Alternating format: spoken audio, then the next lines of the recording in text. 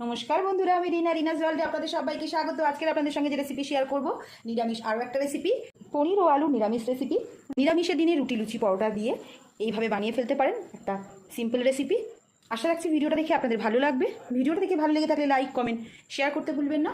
নতুন বন্ধুদের সাবস্ক্রাইব করার জন্য অনুরোধ রইল। পুরাতন বন্ধুদের অনেক ধন্যবাদ পাশে থাকার জন্য। পনির আলুর এই সিম্পল রেসিপি কীভাবে বানিয়ে নেবেন ভিডিওটা দেখে নিন। পনির আলু তরকারিটা বানানোর জন্য এবার একটা কড়াইতে নিয়ে নিয়েছি 2 টেবিল স্পুন রিফাইন্ড অয়েল বা সাদা তেল। তেলটা ভালো করে গরম করে নিয়েছি। প্রথমে আলুগুলো ভেজে নেব। তেলটা ভালো করে গরম হয়ে যাওয়ার পর দিয়ে দেবো 1 টিস্পুন নুন আর দিয়ে দেবো সামান্য হলুদ। ভালো করে মিশিয়ে নেব। নুন ও হলুদ তেলের সঙ্গে ভালো করে মিশিয়ে নেওয়ার পর আলুটা ভেজে নেব। এখানে আমি 4টে মিডিয়াম সাইজের আলুকে ছোট ডুমো করে কেটে নিয়েছি।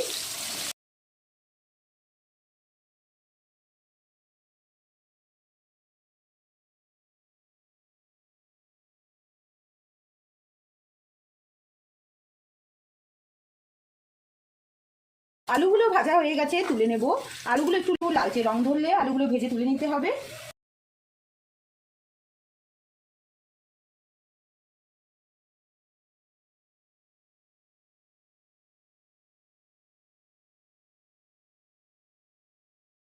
আলুগুলো ভেজে তুলে নেওয়ার পর ওই তেলের মধ্যেই আমি পনিরগুলো ভেজে নেব।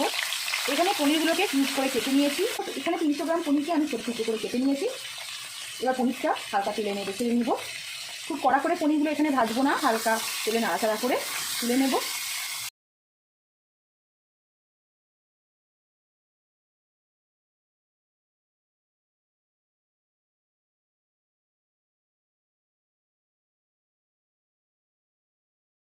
হালকা তেলে নাড়াচাড়া করে তুলে নিয়েছি।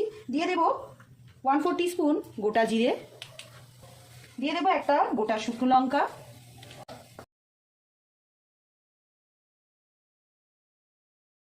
ফোড়নটা দেওয়ার পর এবার দিয়ে দেব আদা, কাঁচা লঙ্কা, টমেটোর পেস্ট।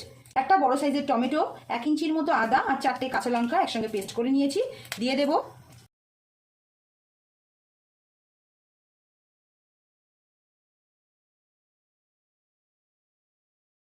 গ্রাইন্ডিং জারের পেস্টটা দিয়ে ভালো করে কষিয়ে নেওয়ার পর আদা, টমেটো, কাঁচা লঙ্কার পেস্টটা দিয়ে ভালো করে নেড়ে নেওয়ার পর দিয়ে দেবো 1/2 টিস্পুন হলুদ, জিরে গুঁড়ো দিয়ে দেবো 1 টিস্পুন, দিয়ে দেবো সামান্য কাশ্মীরি লঙ্কা গুঁড়ো, কেউ স্কিপও করতে পারে, আমি এখানে সামান্য কালারের জন্য দেবো। আর নুন দিয়ে দেবো স্বাদ অনুসারে। আর দিয়ে দেবো চিনি টেস্টের ব্যালেন্সের জন্য, যেহেতু নিরামিষ রেসিপি তাই সামান্য চিনি অ্যাড করলে টেস্টটা ভালো হবে। এবার সব কিছু একসঙ্গে ভালো করে নেড়ে চেড়ে নেবো, মশলাটা ভালো করে কষিয়ে নেব।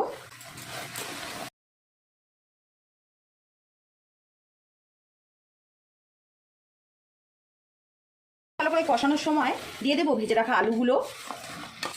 আলুটা দিয়ে আবার ভালো করে নেড়ে ছেড়ে নেব।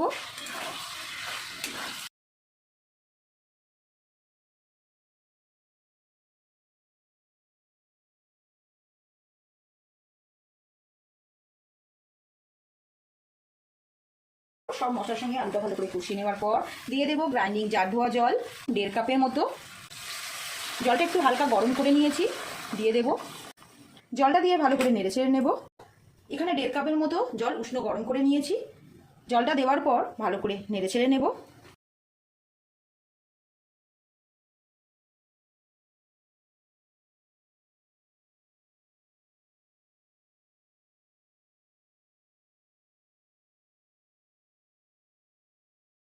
জলটা দেওয়ার পর হাই ফ্লেমে রেখে ফুটতে দেব। ভালোভাবে ফুটে উঠলে দিয়ে দেব ভেজে রাখা পনিরগুলো।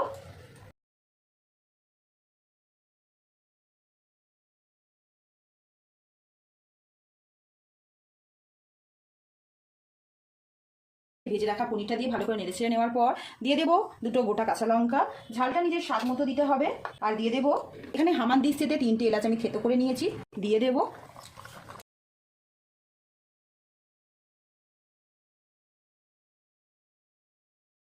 এবার মিডিয়াম টু হাই ফ্লেমে রেখে একটা ঢাকা দিয়ে রাখবো আলুটা সুসেদ্ধ হওয়ার জন্য। পনির আলু সুসেদ্ধ হওয়ার জন্য এবার মিডিয়াম টু হাই ফ্লেমে একটা ঢাকা দিয়ে রাখবো। তারপর যেরকম খেতে পছন্দ করবেন সেই হিসাবে নামিয়ে নিতে হবে। 5 থেকে 7 মিনিট মিডিয়াম টু হাই ফ্লেমে রাখার পর আলু পনির সব সুসেদ্ধ হয়ে গেছে, ঝোলটা অনেকটা টেনে গেছে। এবার ফ্লেমটা অফ করে দেব। রেডি হয়ে গেছে সার্ভ করার জন্য রুটি, লুচি, পরোটা সব কিছু দিয়ে নিরামিষের দিনে কম সময় অল্প মশলায় একটা সাধারণ রেসিপি বানিয়ে ফেলতে পারবেন। এবার ফ্লেমটা অফ করে দেবো।